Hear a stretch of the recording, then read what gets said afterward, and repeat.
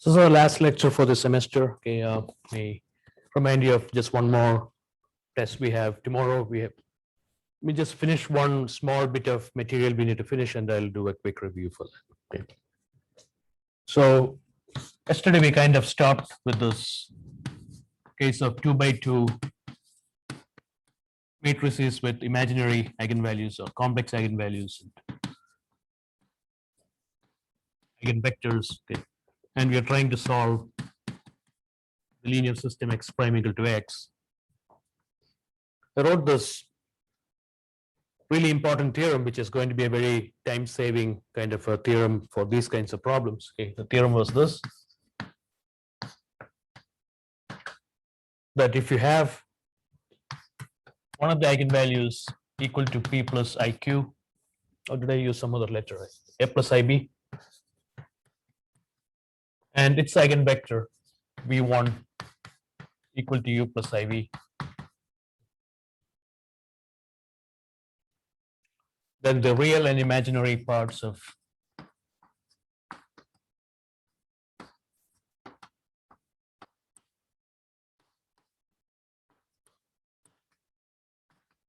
e to the power of lambda 1 t times v1. Okay. So we don't need the second pair because they are just conjugate quantities of these two. Okay.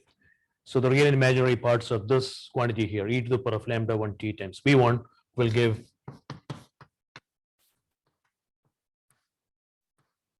two real valued. This is the key part of this theorem. Okay, two real valued, even if these are all looking imaginary and pretty useless in real world applications. Okay, these functions are two real valued linearly independent functions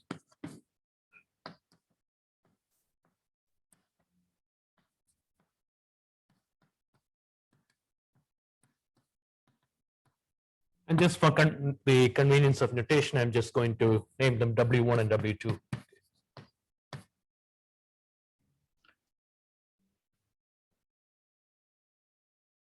The real and imaginary parts of that will give you two real valued linearly independent functions, and the general solution to the system would be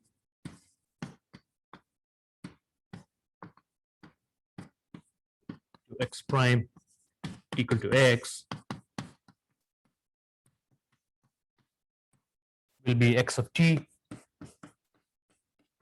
equal to c1 times w1 plus c2 times w2, which is kind of reminiscent of what you were doing in chapter 2. If you have two linearly independent functions, you can superimpose them by superposition and write the general solution.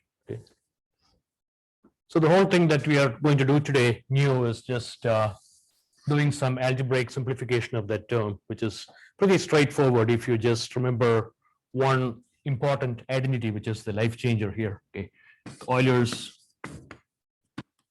cannot emphasize this enough. This one is what makes math and engineering kind of connected in a beautiful way. Yes, 5.5 is included in the test. Yes, Euler's identity, which is e to the power of I times theta equal to cosine theta plus I sin theta.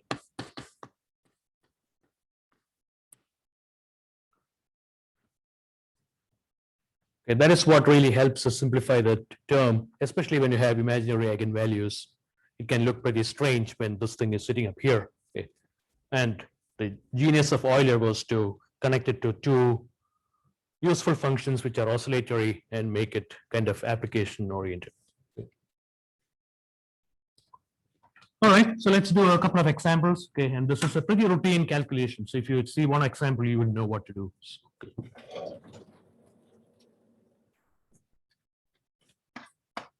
Example, let's take a matrix A equal to -3, 2, -2, -3. Just want to make this kind of remind you of a spring mass dashpot situation. That's why I picked negative values here, so that there's a damping going on and there is oscillation going on. Okay. So let A equal to this matrix. So question 1, find the eigenvalues and eigenvectors of this matrix.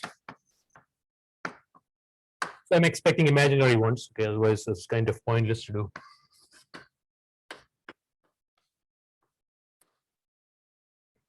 to write the general solution for x prime equal to x.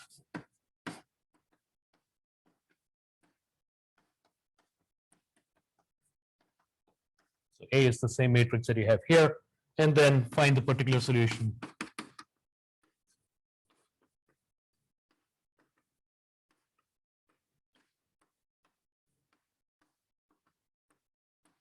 If x of 0 equal to 4, 3. The third piece is really easy. You will see that in these problems, finding the particular solution is probably one of the easiest things you would do. All right, so the first question is to your routine, find the eigenvalues and eigenvectors. We have done one case with imaginary eigenvalues already, so let's start that. -3 minus lambda 2, -2, -3 minus lambda equal to 0.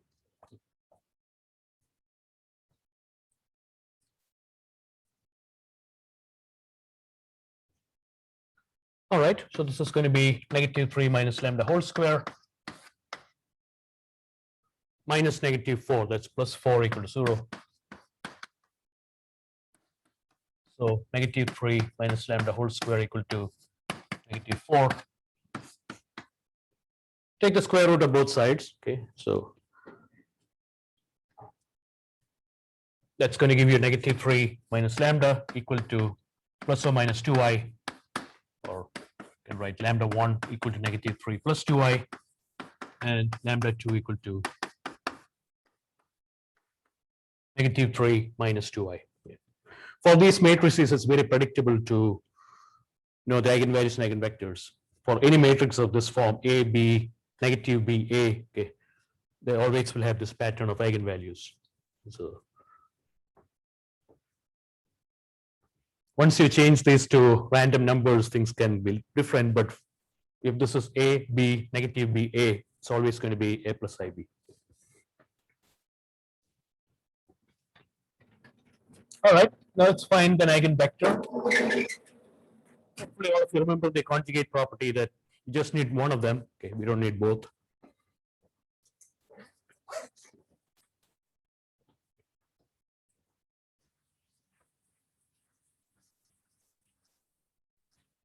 So for lambda 1, equal to -3 plus 2i.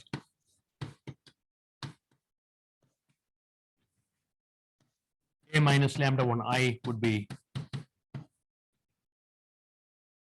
-3, 2, -2, -3, minus -3 plus 2i,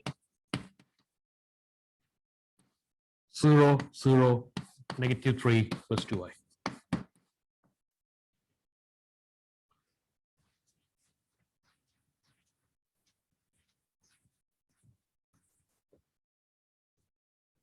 So if you add this, all these problems have a pretty remarkable similarity to each other, right? All these eigenvectors are pretty much the same. So if you subtract these, you get -3 minus -3, that is 0, and there's a -2i, 2, -2, and -2i.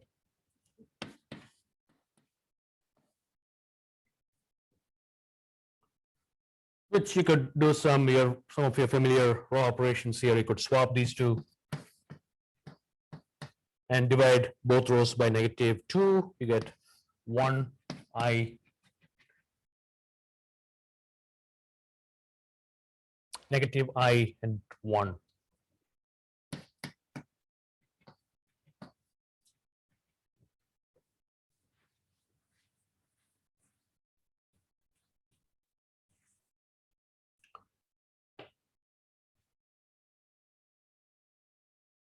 So I swapped, divided by -2.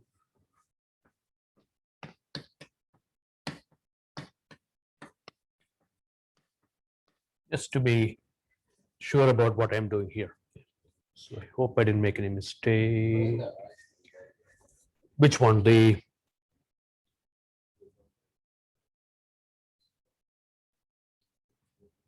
so this one, if I divide by -2, or this should be like this. I mean, okay. Thank you.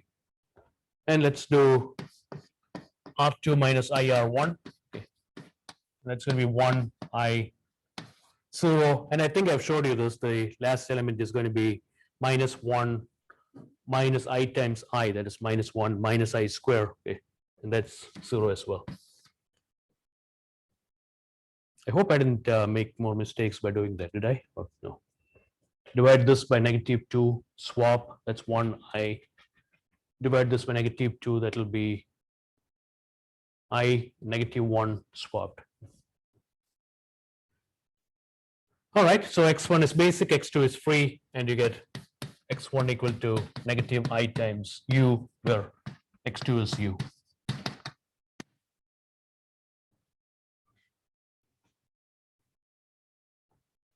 So an eigenvector v1 would be -I1 for u equals 1.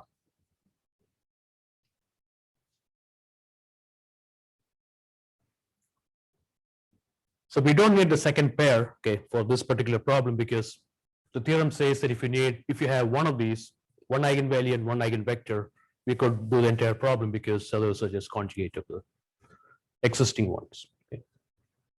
So for this eigenvalue, the corresponding eigenvector is -I1.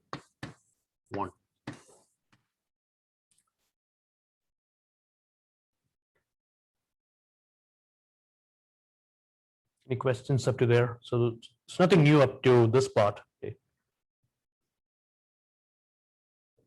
So now we have to find the general solution for this particular system, which is based on this coefficient matrix.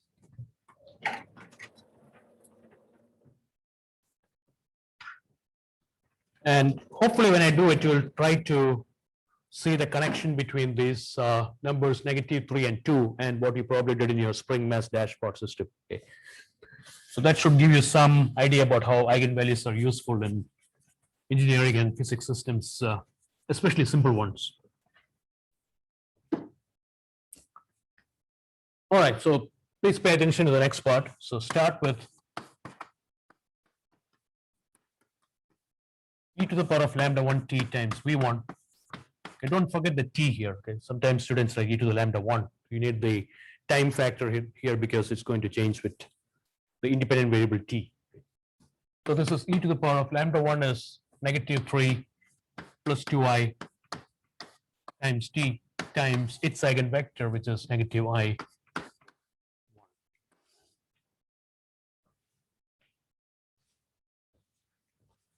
So I've just plugged in that term from the theorem, e to the lambda1 t times v1. Just need some algebraic tricks here. Okay.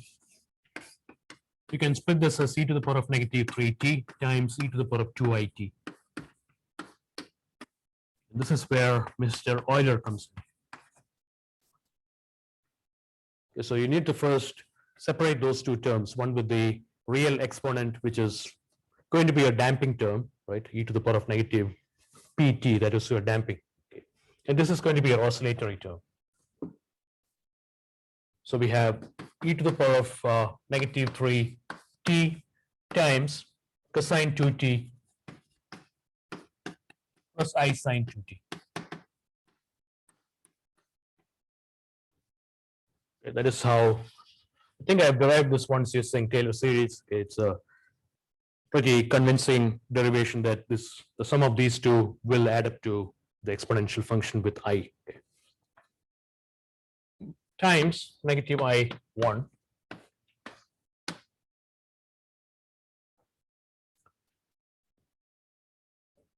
now we need to just multiply this out into each component of this vector. Okay, so take the center term, multiply it here and here.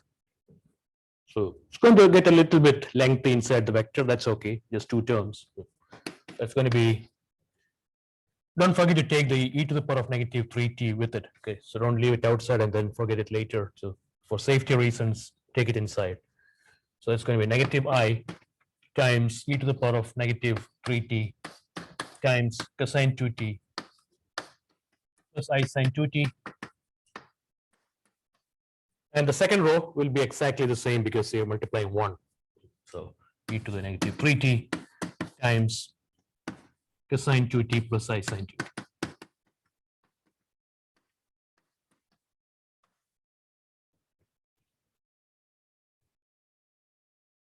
Why is this useful? Again, don't forget that I square is negative 1.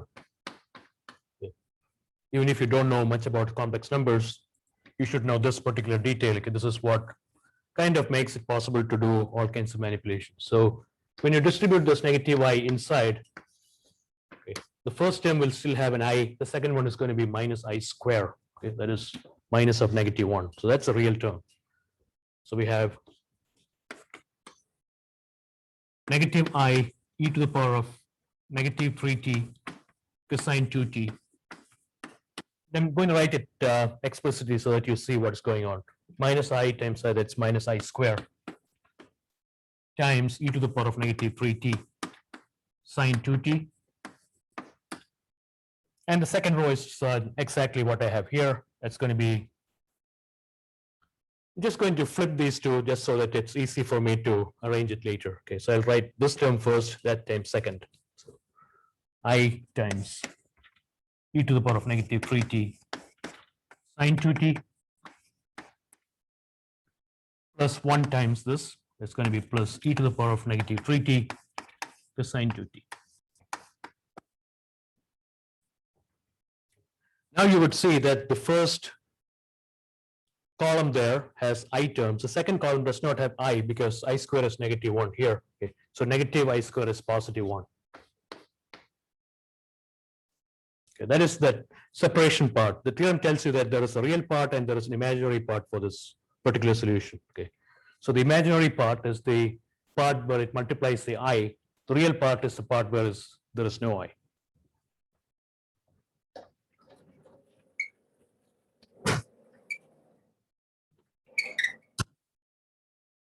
All right, so let's do that carefully.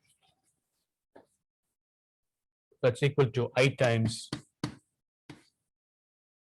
negative e to the power of negative 3t cosine 2t and e to the power of negative 3t sine 2t. So that is the vector that multiplies I. Okay, this is the imaginary part of the solution.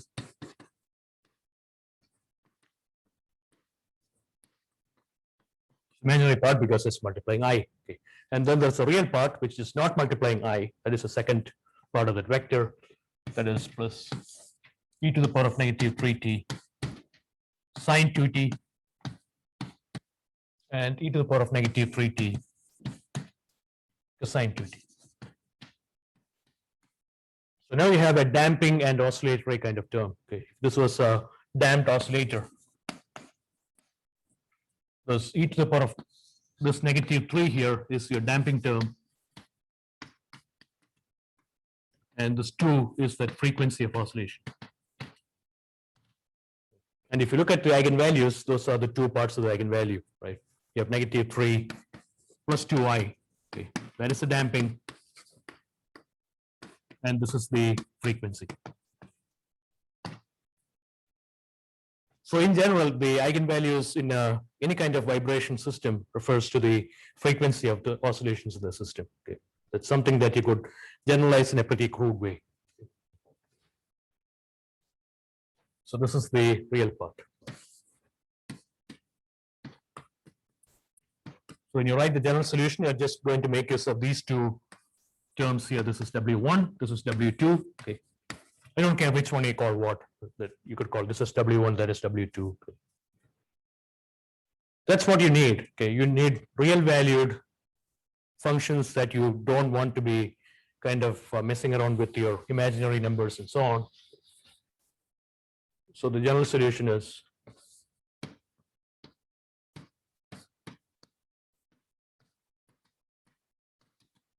x of t, which is a vector, okay, because it's got both x1 and x2.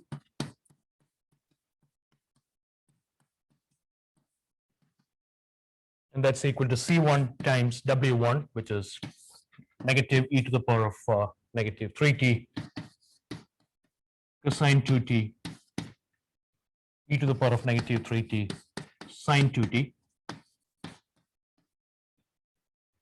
plus C2 times, because any linear combination of these functions are solutions for the system, okay, times e to the power of negative 3t sine 2t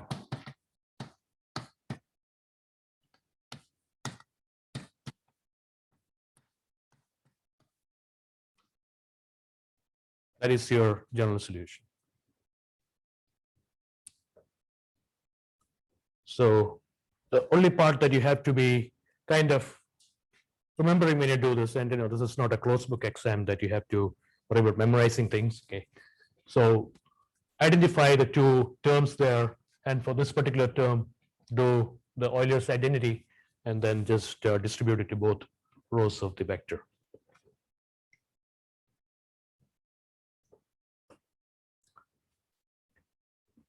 All right, now there is that small part about the initial value, okay, and this is probably one of the easiest problems where you can plug in t equal to 0, because cosine of 0 is 1, sine of 0 is 0, and e to the 0 is 1.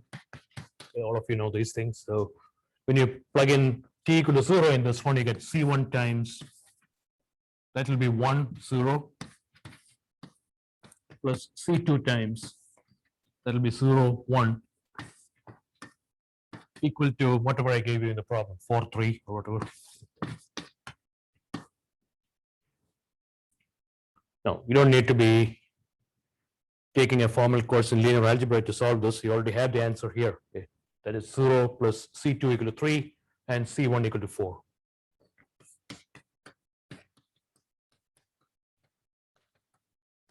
So just plug it in and you get the particular solution. So that part is just going to take you 15 seconds to do it.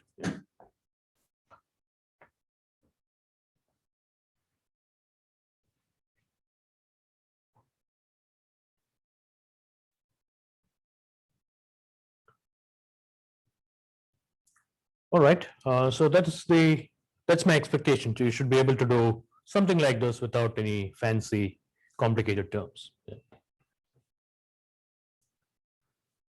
So just for practice, let me give you one example to work. Do you have any questions about this one? So why don't you do this? Take your time and just steps. Make sure that you're comfortable with all the steps here.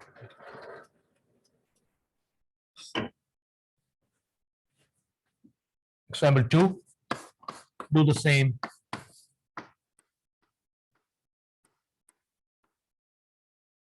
For 1, negative 3, 3, 1.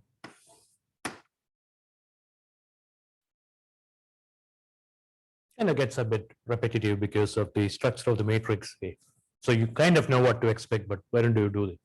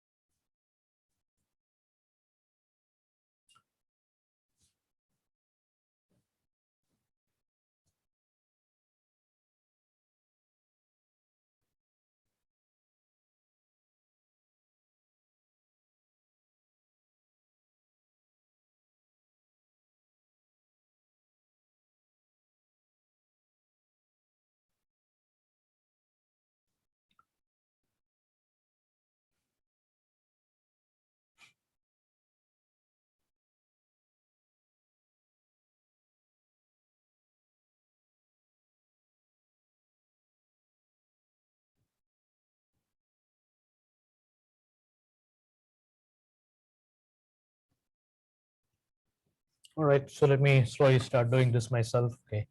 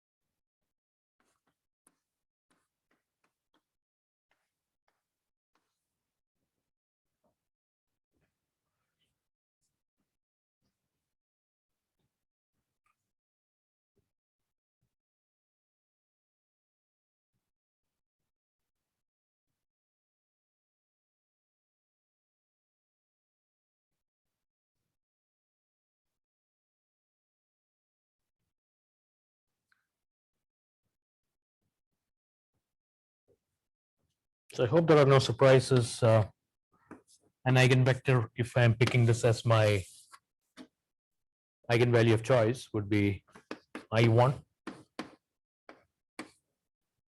Should, agreeable or any scalar multiple of that is an eigenvalue. Okay. Oh, sorry, an eigenvector. Sorry.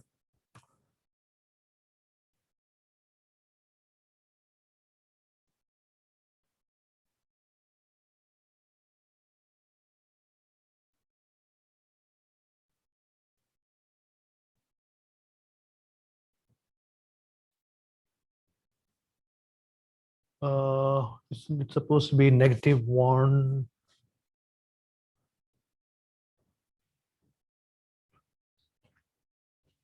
Oh, you mean this one? No. No, in example one, so you have like x of 0 is equal to C1, 1, 0. But on Oh, this one? top we have minus, yeah, no, the one next to it. Yeah, isn't it supposed to be -1, 0? -1. So, oh, we are talking about the previous example, right? Yeah, sorry. Oh, I see. Because of that negative there. Is that what you meant? Yeah, thank Oh, you. I see. I'm sorry about that. This is, No thank- worries, just making sure. thank you.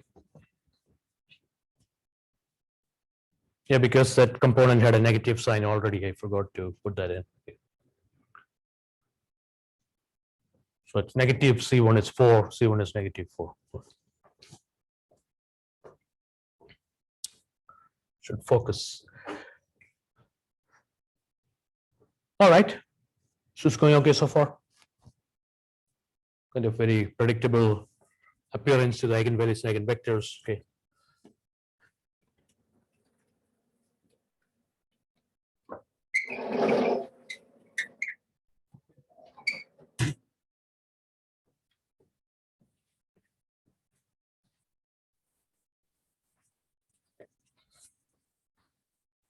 All right, now let's start our process with the e to the power of lambda 1 t times v1, or if you like, e to the lambda 2 times its v2. Okay. That will have a lot of negative signs. This is, I think, less messy than v1. E to the power of 1 plus 3i times t times I1.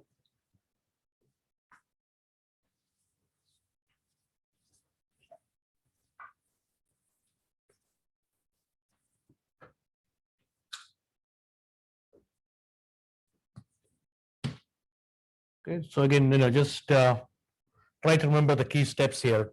Separate this into two parts, e to the t times e to the power of 3 it or I3t. Because we need to keep this ready for Mr. Euler to act on it.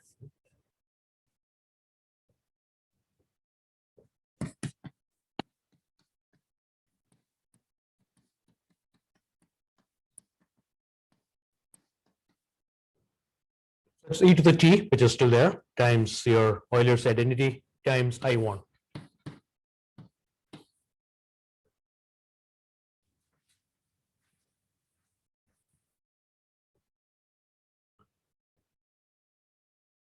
Once again, multiply this here and create two different functions in each row. Okay, so it's going to be e to the t times I times cosine 3t.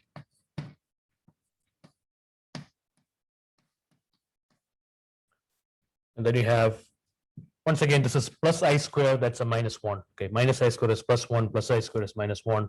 That's going to be minus e to the power of t sine 3t. Each row will have one I term and one non-I term. Okay, and this is because your I square is negative 1.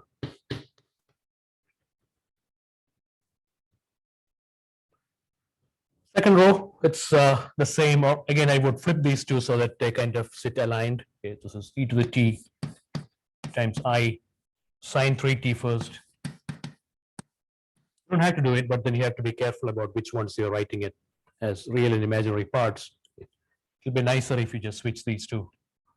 Plus e to the t cosine 3t.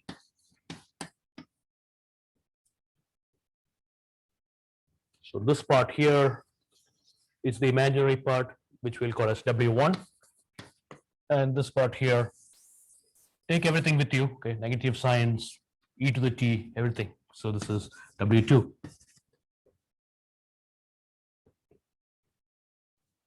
But don't take I with you. Okay. So then your general solution x of t equal to C1.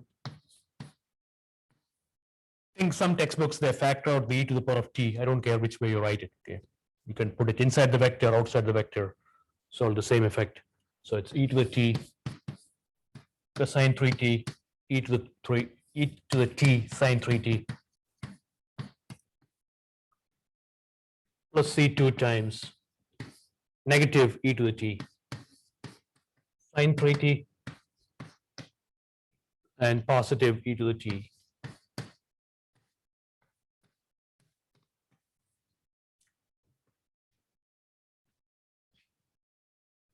once again. This is the same as writing C1 e to the t times, so that the oscillatory terms are sitting by itself. Okay.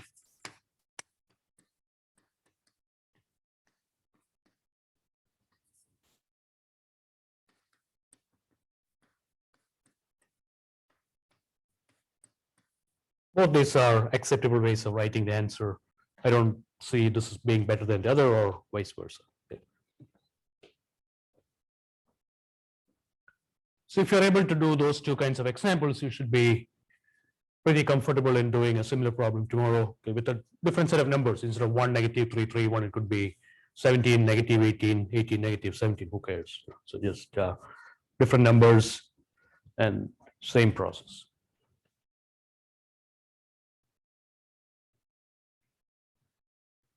All right, so that's up to where we will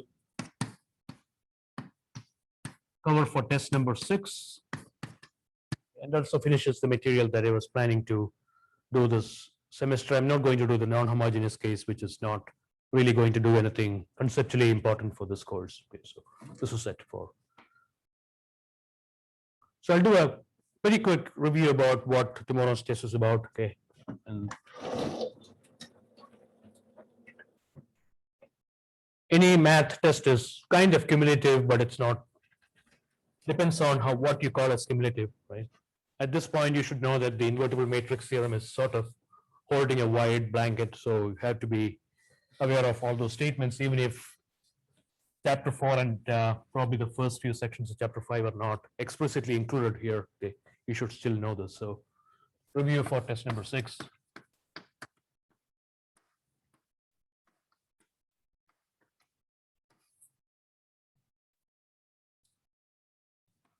So in section 5.5, this was the only section that we kind of left behind in chapter 5. We did not cover this, but it was mainly about things we already learned in chapter 5.3 and 4, okay, basis and dimension of a vector space. So you just need to know that basis means linearly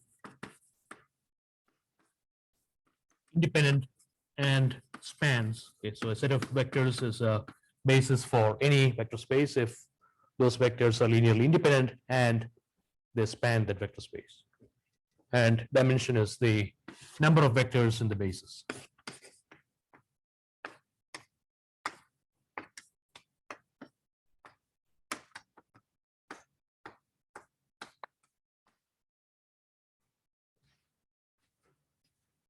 But that's a very deep concept. So if somebody who's doing linear algebra for the first time is, suddenly thrown these two words, it could be pretty overwhelming. So for this course, what I expect you to know are the two things here. One,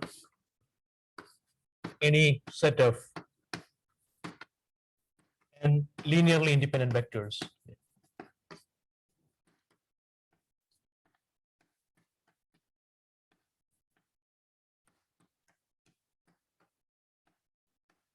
form a basis for Rn.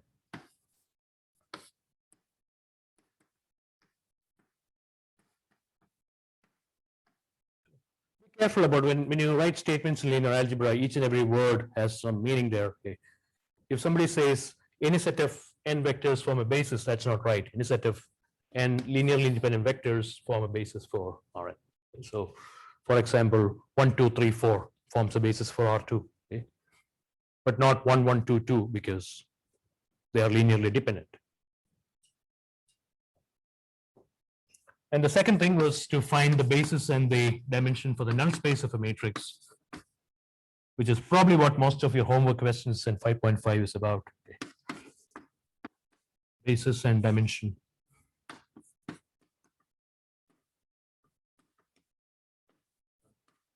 The null space of some m by n matrix A. Okay.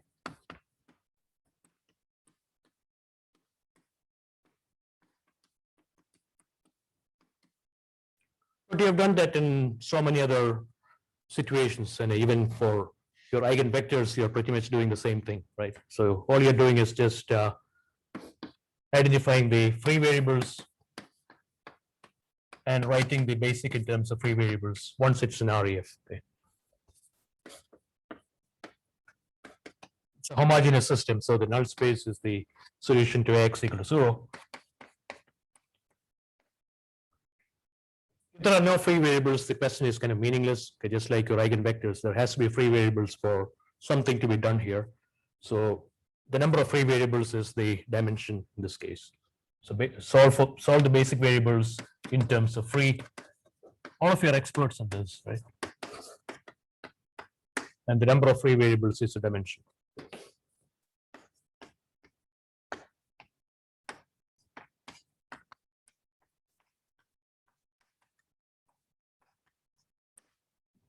And I'll most likely give you a matrix in REF form, so you don't have to waste time in doing some raw operations. Okay. That should be a pretty straightforward question there.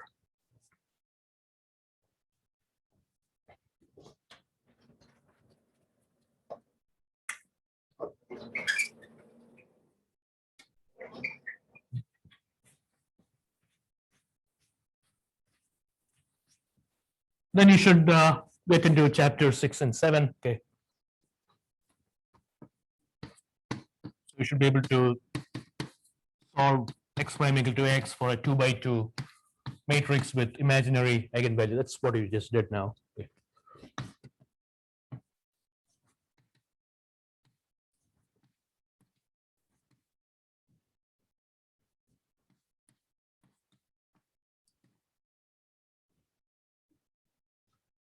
And you should also be able to do it for 3 by 3 real eigenvalues, but with enough eigenvectors to do it. Okay.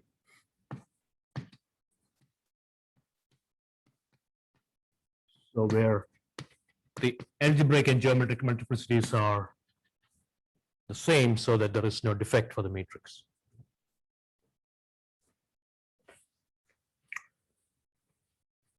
Speaking of which, I came across a pretty recent final exam question, which I thought would be an interesting example to do just for this item number 4. Okay.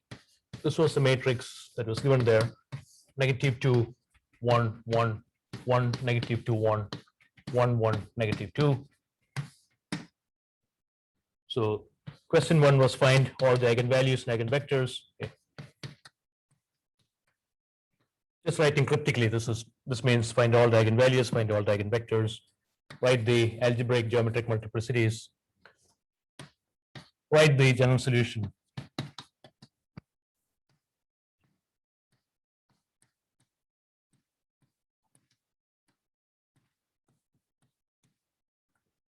X of t for the system x prime equal to x. So maybe you should take a few minutes and see whether you could do a pretty decent 3 by 3 matrix. Like a lot of students had difficulty with this matrix on that final exam. Okay. They made some small mistakes, ended up with all kinds of nasty things. So why don't you just try to do it?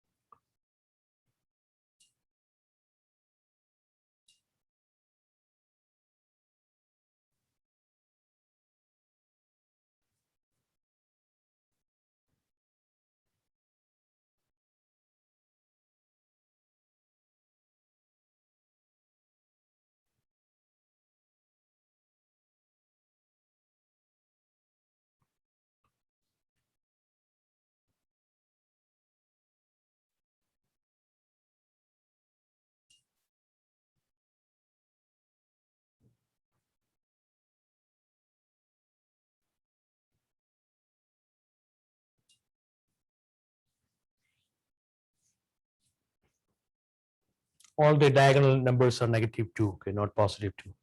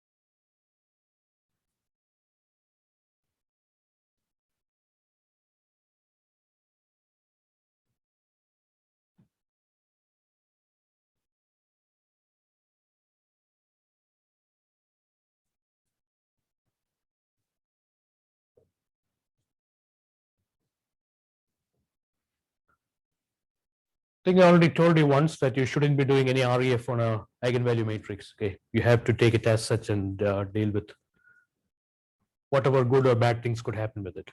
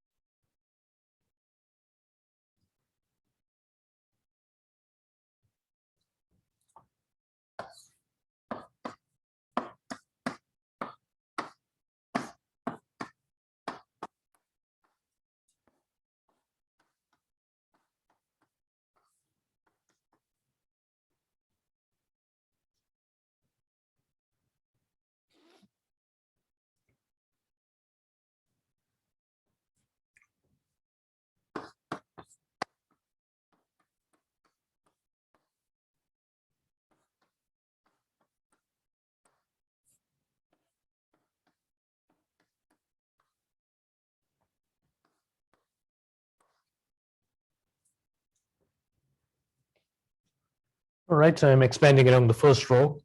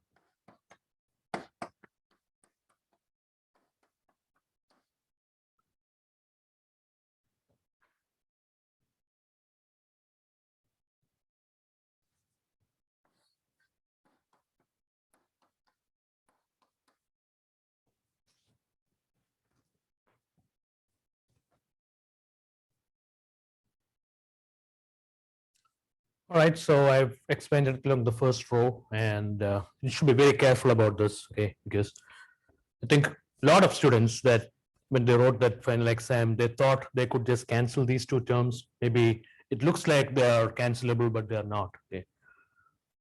I mean, it's very easy to kind of get deceived by the looks of this. There were a -2 of this one, and there's a negative of that one there.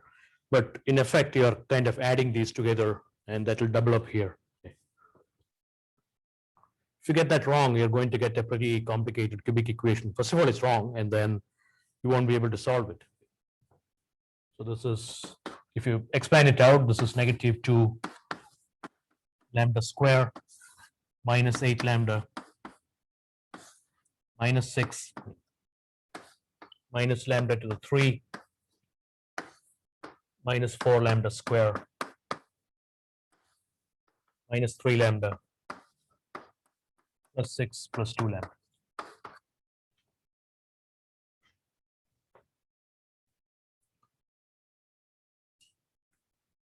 It's absolutely essential that we need to get rid of this -6 and +6. Okay.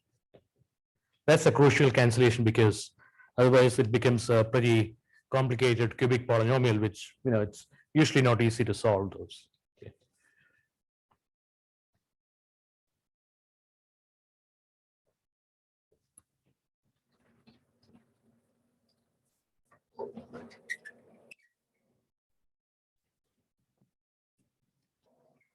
So before you cancel anything, just by the looks of it, just write it out and see if they really cancel or if they double up. Okay.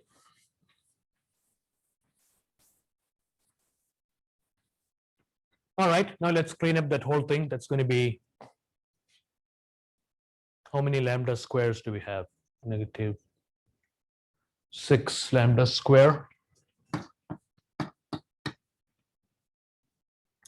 Then you have a minus 9 lambda minus lambda to the 3 equal to 0. The reason why I was excited to get rid of those sixes is because now you can factor out what? Yeah, you can factor out a lambda or a negative lambda. Okay. And you get lambda square plus 6 lambda plus 9 equal to 0.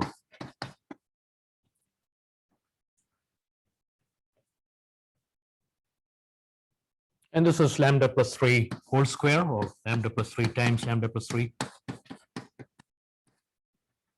That gives you lambda 1 equal to 0, lambda 2 equal to negative 3, lambda 3 equal to negative 3. So this has algebraic multiplicity of 1, and this has a multiplicity of 2. And if you add those together, you get negative 6, which is the same as the trace of the matrix negative 6.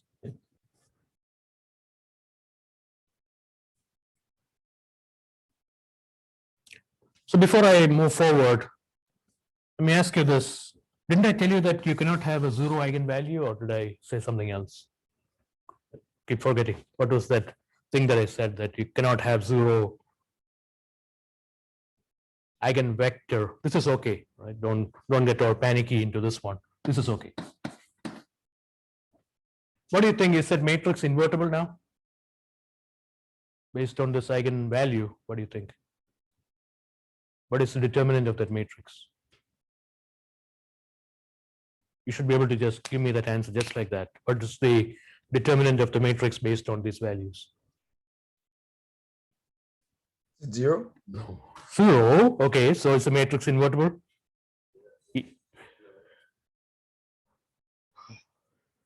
Non-invertible. No. Determinant equal to, that's a very offensive thing, right? Equal to the product, equal to 0, not invertible. These are things that should be kind of quickly, answerable at this point. Just I'll talk about the invertible matrix theorem again, just so that you won't forget this. Let's just focus on the problem now. So we have the eigenvalues, and let's find the eigenvectors. Any questions about the eigenvalues?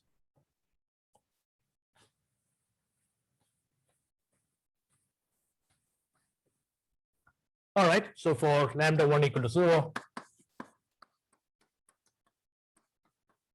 a minus lambda 1 I is just a. Okay.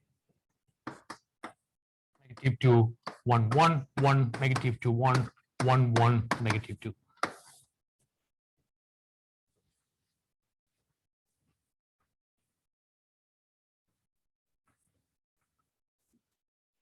You can swap row 1 and row 2,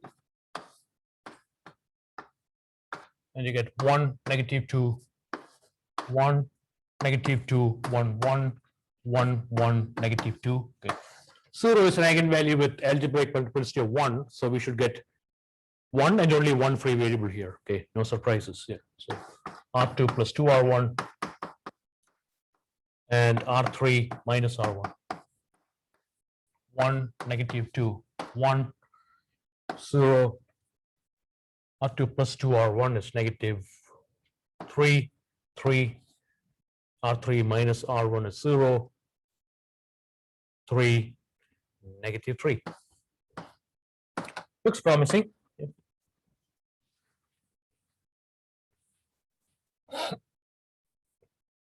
If you don't get any free variables here, or if you get 2 free variables here, both are wrong. Okay, because so it's not a repeated eigenvalue, so only one free variable. So this is 1, negative 2, 1, 0, 1, negative 1, 0, 0, 0. Okay.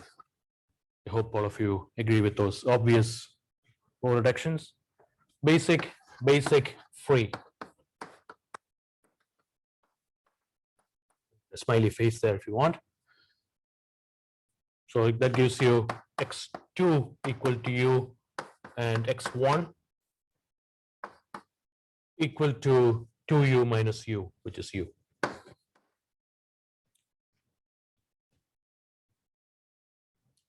So an eigenvector for lambda 1 equal to 0 would be 1, 1, 1 if you pick u equal to 1.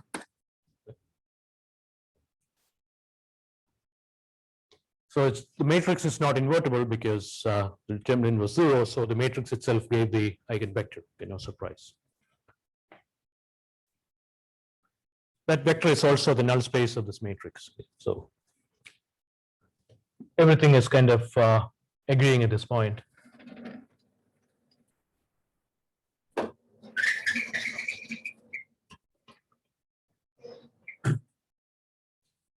All right, now let's try to do the second one, which is the -3 eigenvalue. Okay. So when you're doing that, it's a minus -3i or a plus 3i. Okay.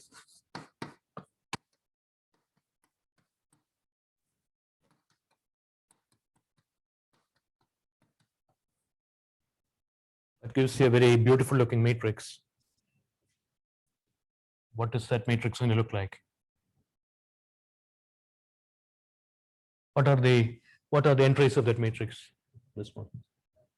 All ones. Okay.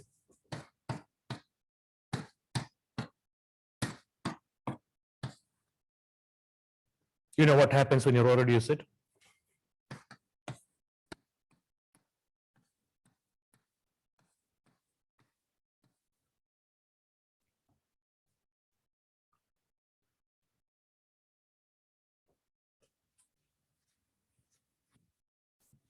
My question to you, how many free variables do we have? 2. So x2 is u, x3 is v. So the geometric multiplicity is 2 because there are 2 free variables here, okay, which makes it possible to do this as a linear system of equations, okay, differential equations. So we have first row, which is x1 equal to negative x2 minus x3.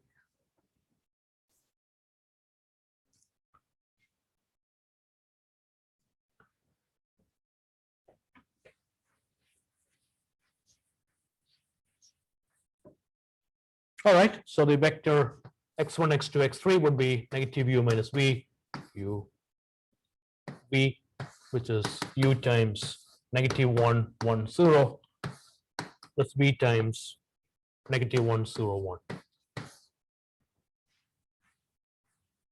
Kind of writing it a little fast, so if you're not clear about why I did that, please ask me. Okay. Those are your x1, x2, x3. So this is your v2 and v3. So there is no defect for this matrix. There are enough eigenvectors to do our problem. Okay.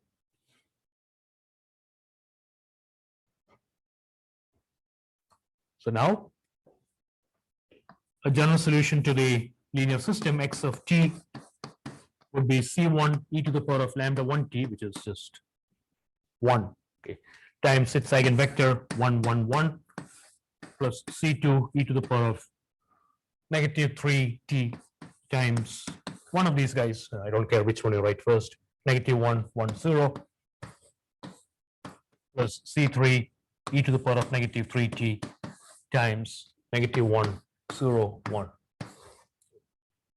Some of the mistakes that I've seen students make, maybe they're kind of tired by the time they reach this problem. Okay, there should be a t up here, otherwise they are just writing a constant number for all these terms. Okay, so don't miss a t here and here. In this case, that is just 1.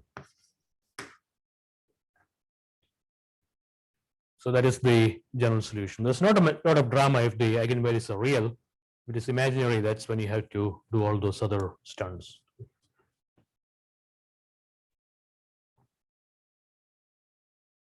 Any questions on this one?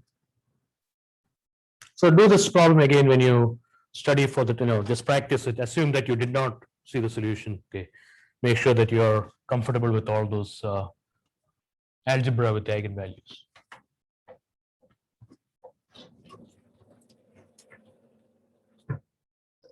All right, now since I kind of sensed a little bit of disagreements with the invertible matrix theorem earlier, let me write those down once more so that all of us are on the same page here. The final version of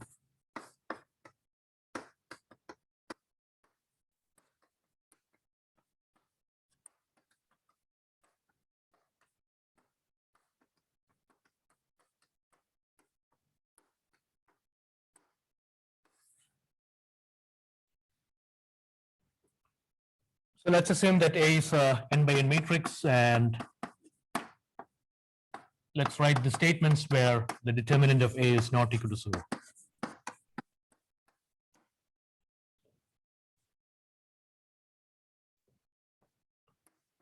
Statement 1, A is invertible. 2, the rank of A is n.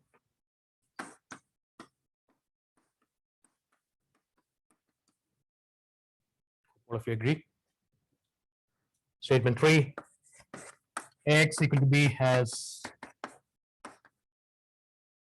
how many solutions? 1, 2, 3, 4, 5, 6, 7, 8, 9, 10. Let's hear the answer.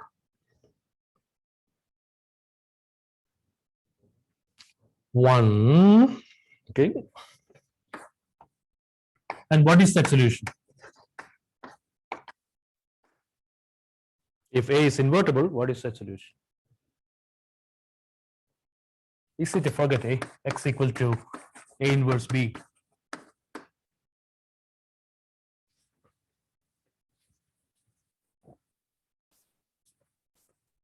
Okay, what about the homogeneous system Ax equal to 0? How many solutions does that have? 1. And what is that solution? 0. Now, one of the statements that I thought some of you disagreed on the last test, A. The REF of A has how many free variables here?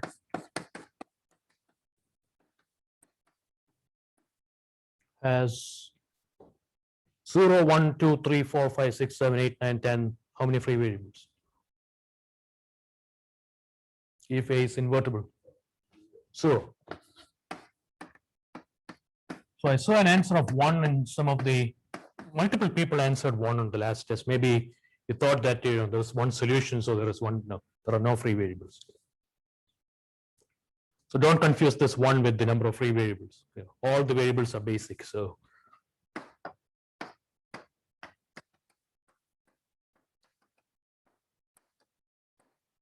number 5, the columns of A are linearly independent.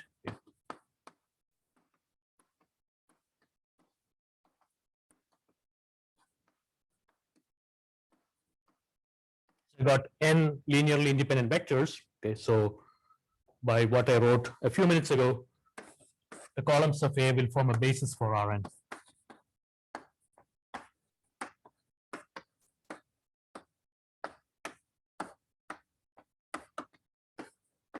Which means that any vector in Rn could be written as a linear combination of these columns of the matrix. That is allowed only if the determinant is not equal to 0.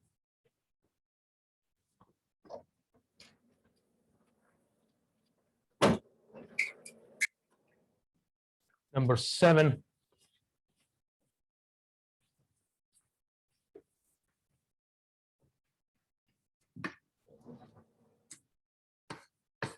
Zero is not an eigenvalue.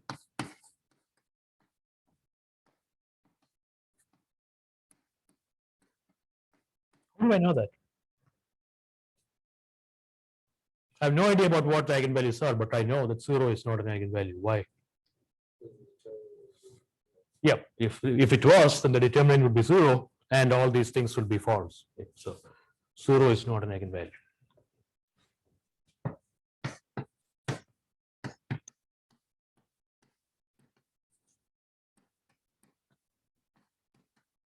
What about this one?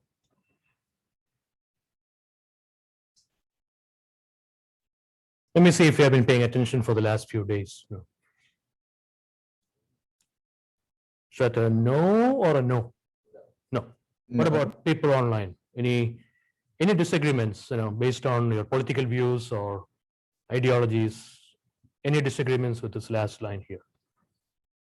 Okay, so this should not be. Yeah. All right, so I think I wrote all the relevant things with the invertible matrix theorem, all stemming out from the determinant not equal to 0. All right, I think that's it. So 4 questions tomorrow. Okay, I think I kind of told you 3 questions already. Null space, 2 by 2 imaginary, 3 by 3 real, and maybe 1 surprise question. I think I deserve to do that.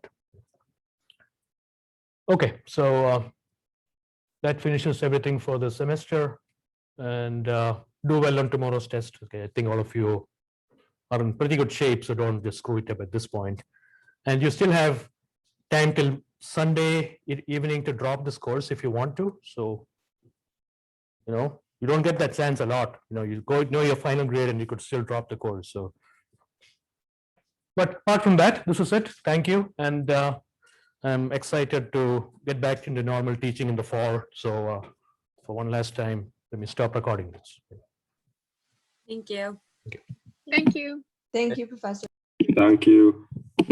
And if you get a chance to stop by my office in the fall and say hi, feel free to. Okay, I hope to be